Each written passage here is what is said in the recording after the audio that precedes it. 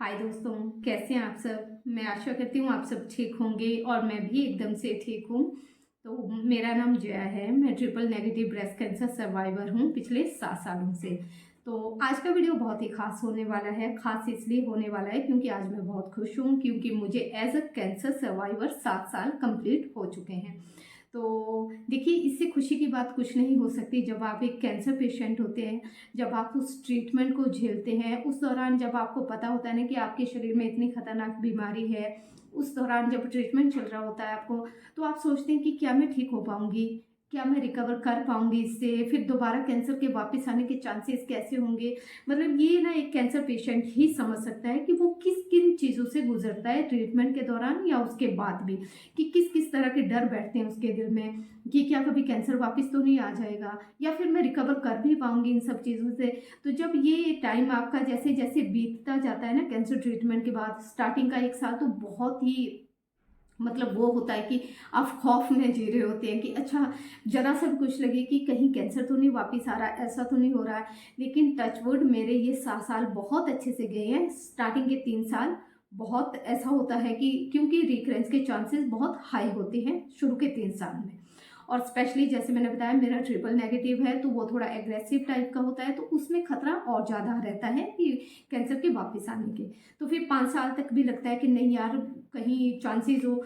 और अब 7 साल हो चुके हैं, तो अब मैं थोड़ा रिलैक्स हूँ, मैं खुश हूँ। जैसे जैसे मेरा टाइम पीरियड बढ़ता जा रहा है ये एज अ कैंसर सर्वाइवर, वैसे वैसे मेरे पास एक्सपीरियंस आता जा रहा है। हर साल का होता है ना कि टाइम टू टाइम जितना टाइम लंबा हो रहा, मेरे पास एक्सपीरियंस होगा रिकवरी का, कह लीजिए एज अ कैंसर सर्वाइवर कह लीजिए, या मैंने क्या क्या किया था। तो ये सारी चीज़ें थी।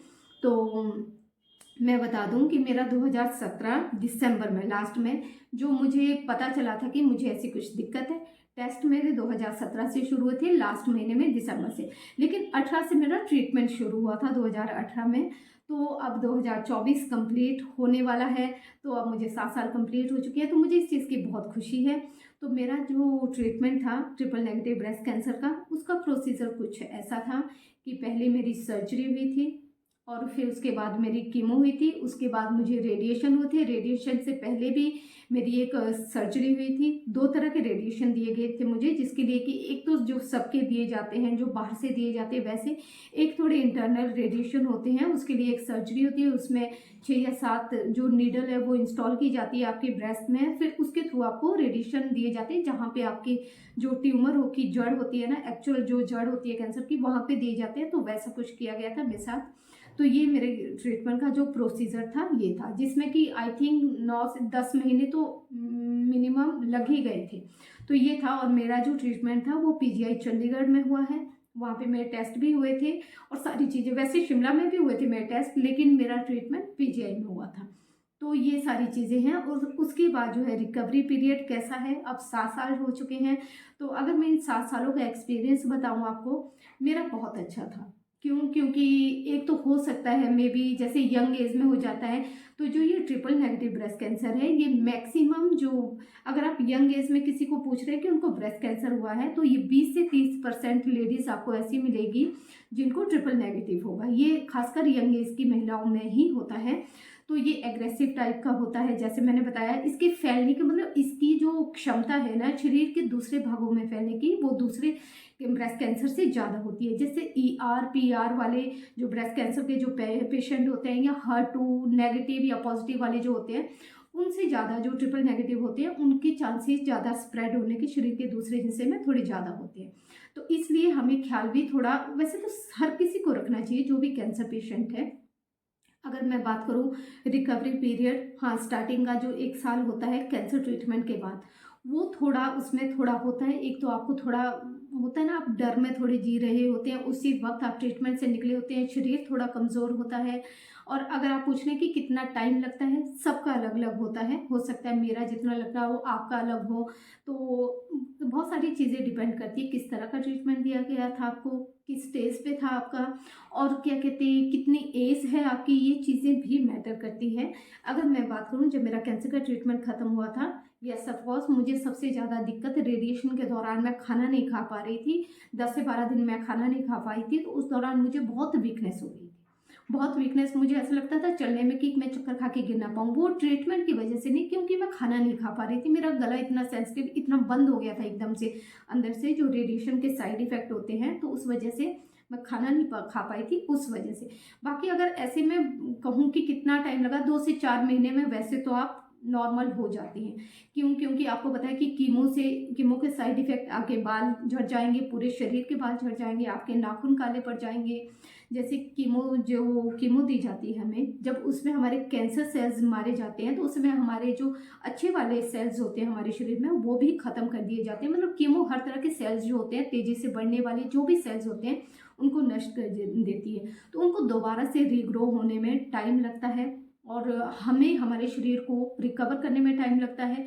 अगर यंग एज में हो तो हो सकता है आप 2-4 महीने में ठीक हो जाएँ। जैसे कि मैं, क्योंकि मैं जो हूँ थ्रू आउट मेरा कैंसर ट्रीटमेंट, उस दौरान भी मैं अपना प्राणायाम मैंने नहीं छोड़ा था।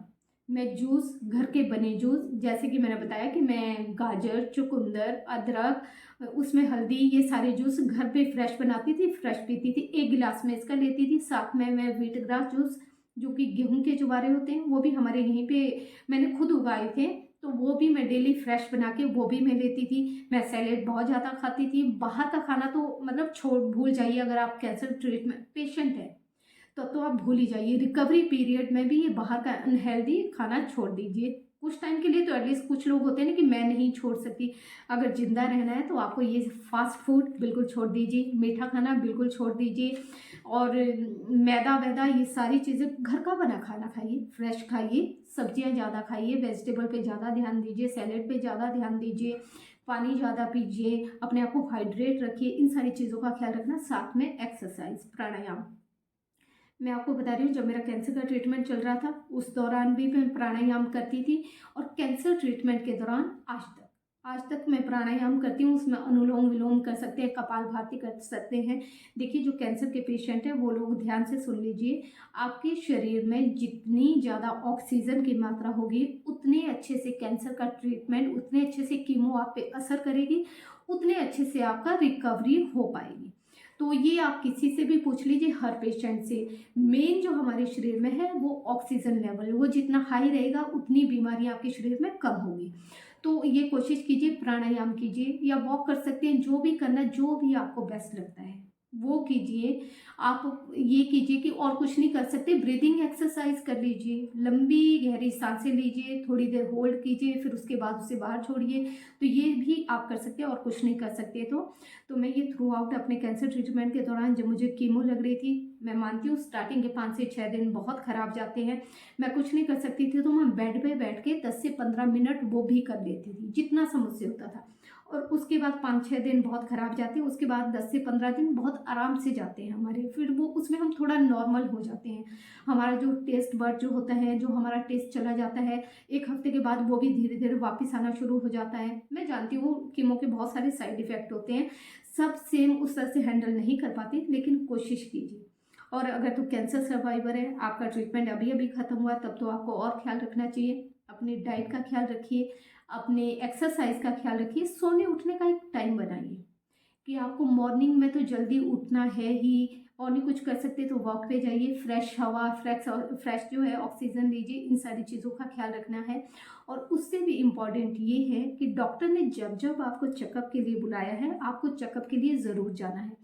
क्या करते हैं पेशेंट, स्टार्टिंग के 1-2 साल तो वो जाते हैं कि हाँ जी अभी कैंसर ट्रीटमेंट हुआ है तो वो जाएंगे, उसके बाद उन्हें लगता है कि अब तो मैं ठीक हूँ, अब तो जाने की ज़रूरत नहीं है, डॉक्टर तो ऐसे ही बुलाते हैं। देखिए, डॉक्टर को कोई खुशी नहीं हो रही है हमें हॉस्पिटल बुलाने में। वैसे भी कहा जाता है कि साल में एक बार तो हमें वैसे भी चेकअप कर लेना चाहिए अपना, ताकि पूरे साल हम टेंशन फ्री रहें, ऐसी कोई दिक्कत नहीं हो, या फिर हो सकता है अगर किसी का रिकरेंस के चांसेस हो, तो जैसे हम ईयरली चेकअप करवाते हैं, करवा लेंगे ना, तो अगर ऐसे चांसेस हो भी तो उसमें टाइम से पता चल जाएगा, टाइम से पता चलेगा तो हम उसका टाइम से इलाज कर पाएंगे। तो ये सारी चीज़ें, इसमें ज़रा भी लापरवाही आपको नहीं बरतनी है कि अगर आपका डॉक्टर ने, जब मुझे अब 7 साल हो गए, मैं आज तक जाती हूँ जब जब डॉक्टर मुझे बुलाते हैं। अब मेरा साल में 1 बार होता है, तो साल में 1 बार मैं जाती हूँ, मेमोग्राफी होती है मेरी, और उसके बाद डॉक्टर मैनुअली चेक कर सकते हैं। अगर उन्हें ऐसा कुछ लगता है नहीं है तो वो मेमोग्राफी के लिए बोलेंगे, उसमें पूरी डिटेल आ जाती है आपकी कि क्या दिक्कत है आपको, क्या नहीं है, सब कुछ नॉर्मल है, तो बस वही है, इतना ही करना है आपको। तो लेकिन ये ज़रूरी है, टेस्ट जब भी डॉक्टर बोले कि चेकअप के लिए आना तो आपको जाना है, इसमें लापरवाही बिल्कुल नहीं बरतनी। एक्सरसाइज मैंने बताया वो आपको ज़रूर करनी है, जब उसको एक तरह से मेडिसिन की तरह लीजिए। जैसे मेडिसिन आप छोड़ नहीं सकते ना, उसी तरह से आप एक्सरसाइज एक दिन भी नहीं छोड़ सकते। कोशिश कीजिए, ज़्यादा नहीं कर सकते, 15 मिनट की एक्सरसाइज डेली किसी भी तरह की जो आपको बेस्ट लगे। आपको वॉक करनी है, आपको स्ट्रेचिंग करनी है, आपको प्राणायाम करना है, जो भी आपको सही लगे वो आप वो वेट ट्रेनिंग करनी है, जो भी सही लगे वो कर लीजिए। और इसके साथ साथ अगर आप पूछते हैं कि आज की डेट में मुझे क्या साइड इफ़ेक्ट है, देखिए साइड इफ़ेक्ट मैं ऐसे नहीं कह सकती कि हाँ एक जो चीज़ है मुझे लिम्फेडिमा की दिक्कत है, क्योंकि जैसे मैंने बताया मेरी लम्पेक्टमी हुई थी। लम्पेक्टमी के साथ साथ मेरे 15 जो लिम्फ नोड है वो पॉजिटिव थे। तो उस वजह से डॉक्टर ने मेरे जो एक्सिलरी लिम्फ नोड होते हैं वो लेवल 1, लेवल 2, लेवल 3 तक रिमूव कर दिए थे। तो डॉक्टर ने मुझे समझा दिया था जिया कि ये जो बाजू है आपकी, इस पर ना आपको वेट उठाना है, ना इसे ऐसे लटका के रखना है पूरा दिन नीचे, और ना ही मतलब इसको आपको संभाल के रखना है, ना ही इसमें चोट लगनी चाहिए, आपको इसमें लिम्फेडिमा होने के चांसेस रहते हैं। देखिए 7 साल हो गए अभी तक नहीं है। हल्की स्वेलिंग कभी कभार आ जाती है, अगर आप देखना चाहें तो ये देख लीजिए, इतना ही डिफरेंस है मेरी दोनों बाजुओं में, ये देख लीजिए। इतना कुछ खास नहीं है, जरा सा मैंने कभी कभी अगर मैं ज़्यादा काम कर लेती हूँ तो इसमें ज़्यादा दिक्कत हो जाती है, लेकिन फिर मुझे पता है कि मुझे इसकी कैसे वो ख्याल रखना है। मेरे चैनल पे वीडियो है, मैंने लिम्फेडिमा के बारे में कि आपको कैसे ख्याल रखना है, कैसे इस बाजू का ख्याल रखना है, एक्सरसाइज करनी है, अगर आप चाहें तो वो आप देख सकते हैं जाके। और इसके साथ साथ ये सारी चीज़ें आपको ख्याल रखना, मुझे ये दिक्कत है, ये ऑब्वियस सी बात है, लाइफ लॉन्ग वाली दिक्कत है, इसका कुछ नहीं किया जा सकता, ये सर्जरी के साइड इफेक्ट है, तो ये मेरे साथ रहने वाले हैं लाइफ लॉन्ग। तो ये तो चलिए मान लिया ये है। ऐसा कुछ नहीं है कि मुझे आज की डेट में कुछ एक हैं जिन्हें मैं आई थिंक एक्सप्लेन नहीं कर पाऊंगी आपको कि क्या दिक्कत है क्या नहीं है, लेकिन मेन जो है लिम्फेडिमा की। दूसरा ये है क्योंकि मेरा कैंसर का ट्रीटमेंट हुआ है, उस वजह से जो है मेरे जो पेरीमेनोपॉज हैं वो जल्दी शुरू हो गए। एक होता है ना मेनोपॉज होना, मेनोपॉज नहीं हुआ है लेकिन पेरीमेनोपॉज जो है ना, जो आई थिंक मेरी मदर को अगर मैं कहूँ कि 50 के आसपास शुरू हुआ होगा, मेरी मदर कहते हैं कि मुझे 55 56 तक जाके मेनोपॉज हुआ था, इतना लेट। मेरी सिस्टर अभी 50 में पहुंच गए, उनके भी अभी अभी शुरू हुआ है पेरीमेनोपॉज, तो मुझे 40 प्लस में शुरू हो गया है, मतलब मुझे कम से कम ये मान के चलिए 15 साल पहले शुरू हो गया है। तो उस वजह से मुझे उसके जो साइड इफेक्ट है ना वो ज़्यादा एग्रेसिवली आ रहे हैं, तो उस वजह से मैं ज़्यादा दिक्कत में हूँ।